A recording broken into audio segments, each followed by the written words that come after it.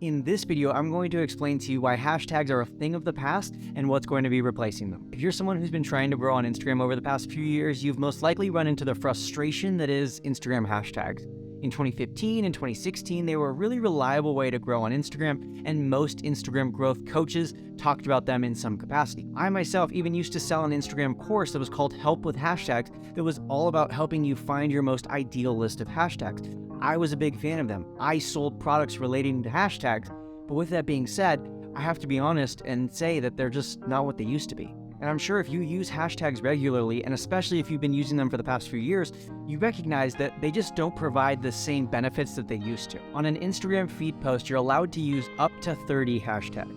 General best practices used to recommend using 28 to 30, and that was based off of data that showed that using 21 or more hashtags was proven to continue to increase your reach. Basically, the more you used, the better your reach and engagement would do, up until about the 21 hashtag mark, and then it would kind of plateau off. But some recent data has come out suggesting that the posts that get the most engagement and the most reach have 1 or 0 hashtag. And in fact, for accounts with 50,000 or more followers, the more hashtags you use, studies have shown the less views you're going to get. And I know you might be thinking, Brock, I don't have 50,000 followers, so that doesn't pertain to me. And I hear you. A study was recently done by Social Media Today that showed that for accounts between 5,000 and 10,000 followers, engagement also decreases the more hashtags you use. The decrease in engagement just wasn't as drastic or pronounced as it was with accounts that have more than 50,000 followers. So does this mean that hashtags are dead and you should stop using them altogether? No, hashtags can still be beneficial. Hashtags can still help people find you. There are plenty of customers, plenty of followers of mine who tell me that they find me because of hashtags. There are plenty of people who get business because of the hashtags that they use. If you're someone who is really reliant on a physical location, let's say you need customers or followers in your local area or in your local market, well then hashtags for you are going to be especially beneficial to really hone in where your content should be targeted to and what kinds of people from what kinds of areas should see your content. So I'm not saying hashtags are dead. I'm not saying you should abandon them. But what I do believe is that you should stop stressing about hashtags. My Help with Hashtags course is not available anymore, but if it was, I would tell you not to buy it because stressing about them, buying courses relating to hashtag, buying apps relating to hashtags, spending money on experts who are going to tell you what the best hashtags are for you is, in my opinion, a waste of time and a waste of money. Instead, I think that your time and energy and effort and your money should be spent in other places. Areas like improving your content, creating more content, engaging with your audience more, creating more trust and more conversations and more relationships with your audience, improving things outside of Instagram like your sales funnel, or pouring money into paid advertising or into email marketing or things like that. I think all of that should take precedence over finding the ideal list of hashtags for Instagram. And also, if you've been listening to me say this and you're like, Brock, you're so wrong because my hashtags are great. My hashtags are always providing me with reach and impressions. I'm getting great views and engagement from using hashtags. That's great. Keep doing that. As I always say, everything that I teach is a general best practice. It's a recommendation. But if you find something that works for you, by all means, flip me the bird and keep doing what works for you. Knock your socks off. I would never tell you to stop doing something that works for you. If it's effective, test it out, try it out, and keep doing it if it's working for you. But with that being said, I have to report to you the data, and the data suggests that hashtags are less effective now in 2023 than they were in the past. And so what that tells us is that Instagram is evolving. The algorithms are improving and something is replacing hashtags. I think at this point in the video, it'd be wise to stop and explain why are hashtags existing in the first place? Like, why did Instagram come out with hashtags? Hashtags were a way to categorize our content. Hashtags were a way to directly tell the algorithm, here's what my content is about. You see, 10 years ago, the algorithms were a lot less advanced than they are now. The artificial intelligence was far inferior compared to where it's at now. And so they had to rely on us, and they being Instagram and really all these social networks, they had to rely on us to use hashtags to tell them, here's what my content is about. Here's the topic of my post. Here's whom my post should be shown to. But now, as the algorithm has evolved, as these social networks have grown and they've made a lot more money and they've poured a lot more money into this artificial intelligence, these things can tell what our posts are about without us having to tell them. They can scan our photos, they can watch our videos, so to speak. They can listen to our transcripts. They can watch our stories and our reels and our TikToks even, and determine this is what the content is about. This is the kind of person who would be interested in it. This is the topic of the content. This is the type of person in the different geographic regions who should be shown our content. I mean, how often do you open up Instagram or TikTok and you're shown a video that's in your local area? Right now we're traveling and we're here in Park City, and I remember one of the very first videos that I saw when I opened my phone after arriving here in Park City was a video of someone skiing in Park City. I had never seen a video of someone skiing in Park City in the past. I've seen skiing videos, but I'd never seen a video that was that specific to my location. I remember even a few months ago, my wife and I were on our honeymoon in Fiji, and the first video I saw when we got to Fiji was a vlogger talking about their travel in Fiji. These algorithms are really smart. They know what kind of content we want. They know what kind of content our followers would like to see, and they know what kind of content is going to keep people on the platform. That's their job. And so they're constantly learning and evolving to be able to show people their content better without relying on us to add 30 hashtags. And so that's why hashtags have been replaced. That's why hashtags have been phased out. Instagram has even been rumored to be removing hashtags altogether. Do I think that's going to happen anytime soon? No, I don't think so. That's not my bet. I bet it's going to be at least a few more years if they ever even do replace hashtags. But with that being said, there is a new and improved version of hashtag. And it's something that's been around and been a big topic in marketing and online entrepreneurship for a while, and that's SEO. SEO stands for Search Engine Optimization. And basically, it's the idea that you can optimize, also known as improve, your content, your website, your video, your post, in order to show up better in search engine results. Think Google. And I know when you hear search engine, you think Google, and that's definitely true. Improving your SEO on your website can definitely improve your ability to rank higher up on the Google page. But did you know that now over 50% of Gen Z, which is myself included, people under the age of, I think, 27, people who were born prior to the year 2000, but after, I think, the year 1985. So Gen Z, myself, over 50% of the people in my generation are using Instagram and TikTok to search for things rather than Google. That means rather than going to google.com and typing in whatever they're looking for, they go to Instagram or they go to TikTok. So improving your SEO on Instagram and on TikTok will help you reach more people on those platforms, and it will also help you reach more people on Google. Because oftentimes when you're searching for things on Google, you can find results on Instagram and TikTok as well. So right now I'm going to share with you 8 different ways that you can improve your SEO on Instagram and on TikTok. And all 8 of these strategies to improve your SEO revolve around understanding the words that your ideal follower is searching for. I want you to pause the video right now and think about, who is my ideal follower? Who is my ideal customer? Who do I want to attract to my page? I want you to get crystal clear with who that person is. I know you want to attract millions of people, but when you try to attract everyone, you end up attracting no one effectively. So I want you to get crystal clear. What are their demographics? What's their age range? What's their ethnicity? What's their marital status? What's their children's status? Do they have kids? Do they have dogs?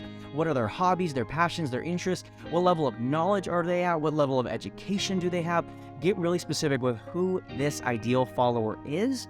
And then we need to start to think about, what kind of words are they searching for? What kind of terms are they using? I know you might love to call yourself the marketing unicorn ninja, but most likely your ideal follower isn't searching for a marketing unicorn ninja. They're most likely looking for a marketing expert who can help them grow their Etsy shop organically. That's something that's searchable. Marketing unicorn ninja isn't searchable. So I want you to think about, what kind of words, what kind of terms, what phrases does my ideal follower already know? And what are they already searching for? What kind of terms are they putting into the search bar? And if you don't know, if you're scratching your head right now and you're super confused, Brock, I have no idea what they would be searching for, I want to recommend 2 websites. Number 1 is Google. As you type your keywords into Google, as you type suggested words or words that you think your followers, your ideal followers would be searching for, Google will answer, or they'll give you little recommendations of what the rest of that query might be. They'll give you recommendations for how you might finish that sentence. Those recommendations are oftentimes based on what people are already searching for at a high rate. So that's a good clue for you as to what people are looking up. But another website that can do this really easily for you is answerthepublic.com. You'll find a link for it down in the show notes, and they're not a sponsor of this video by any means. But basically, you go to answerthepublic.com, you type in a topic, a subject, basically a word that would describe maybe your Instagram account or your profession, maybe whatever it is that you're selling. Maybe you're going to type your niche into answerthepublic.com, and it will give you hundreds of the top searched words and phrases relating to that topic. It's such a cool website. I do believe they limit how many searches you're able to make per day. Of course, you could update to the paid version, but usually within just a few searches, you're going to get your wheels turning about what kind of words and phrases your ideal audience is not just using, but is already looking up. And once you start to look through Answer the Public and Google, write notes. Keep a list of the different words and keywords and phrases that your audience is searching for, and then apply those words, phrases, and keywords to the following 8 areas to improve your SEO. First, start using these words and phrases in your spoken audio. These algorithms can listen to what you're saying. They are transcribing what you are saying as you post a video or as you speak whatever you are speaking. So anything that's spoken in your videos, whether that's your stories, your reels, your TikToks, or even your YouTube videos, it's being listened to by these algorithms. And so those words that you're using, they matter. And using specific keywords, specific words or phrases that your audience is already using or already searching for is going to help these algorithms determine what is your content, what is your topic, and whom should your posts be shown to. Number 2, your text on screen. Just like you've been seeing throughout this video, there's been text popping up on the screen, and if you watch videos on TikTok or on Instagram Reels, you most likely are very used to this. Titles popping up, closed captions added to the screen, any text that's on the screen or any text that's in your content in general, that can be scanned and read very easily by these algorithms, by these artificial intelligence, and that will improve your SEO. Number 3, in your captions or descriptions below your videos, the words you are using matter. Again, let's go back to that example from the past. Rather than using the marketing unicorn ninja, let's use the female marketing expert who can help you organically grow your Etsy page. When you're writing out your captions or your descriptions below the video, start to incorporate those keywords and phrases that your audience is already searching for. When I say incorporate, I don't want you to just type out a list of keywords like you would with a list of hashtags.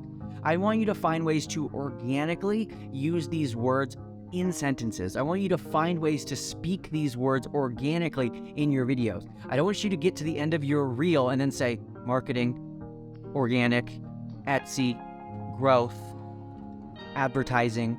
I want you to organically use these words and sprinkle them into your scripts, your captions, and number 4, into your comments. Not just the comments that you are leaving in response to other people, but in the comments that you are leaving on other people's accounts.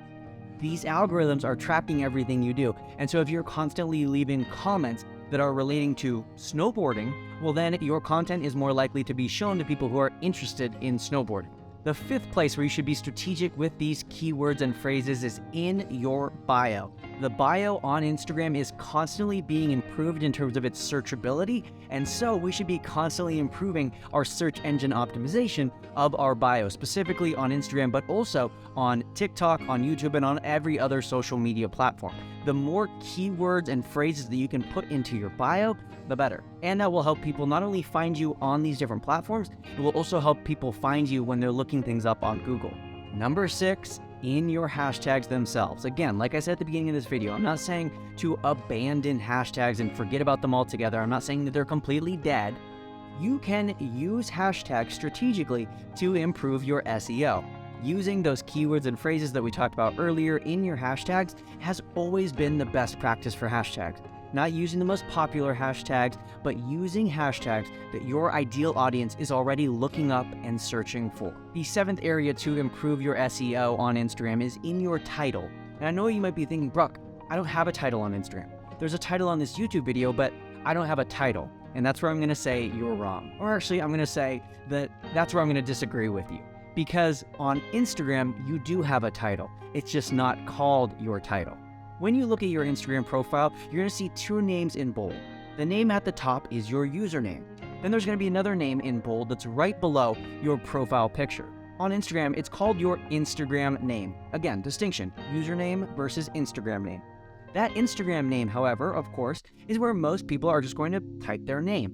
But here's the problem. That line is 100% searchable. Anything that people type into the Instagram search bar can be used to find you if you have those words in your Instagram title, also known as your Instagram name. So here's my challenge for you. Go into your Instagram profile, press the edit bio button, and rather than just having your name typed on that Instagram name line, I want you to add a hyphen after your name and then add a title. Add some searchable keywords that relate to your account that will allow people to find you. Again, not the insider lingo, not Fit Fab Funky Diva, not Marketing Ninja, but the actual searchable keywords that relate to you, your title for yourself or your business or your account. Put those on your Instagram name, and from now on, you'll refer to that as your Instagram title. And eighth, last but not least, of course, your username. Your username is probably the most searchable thing on any social media, so make sure that your username is either your name, your business name, or it includes some sort of keyword that is relating to your industry, your niche, or whatever it is you do.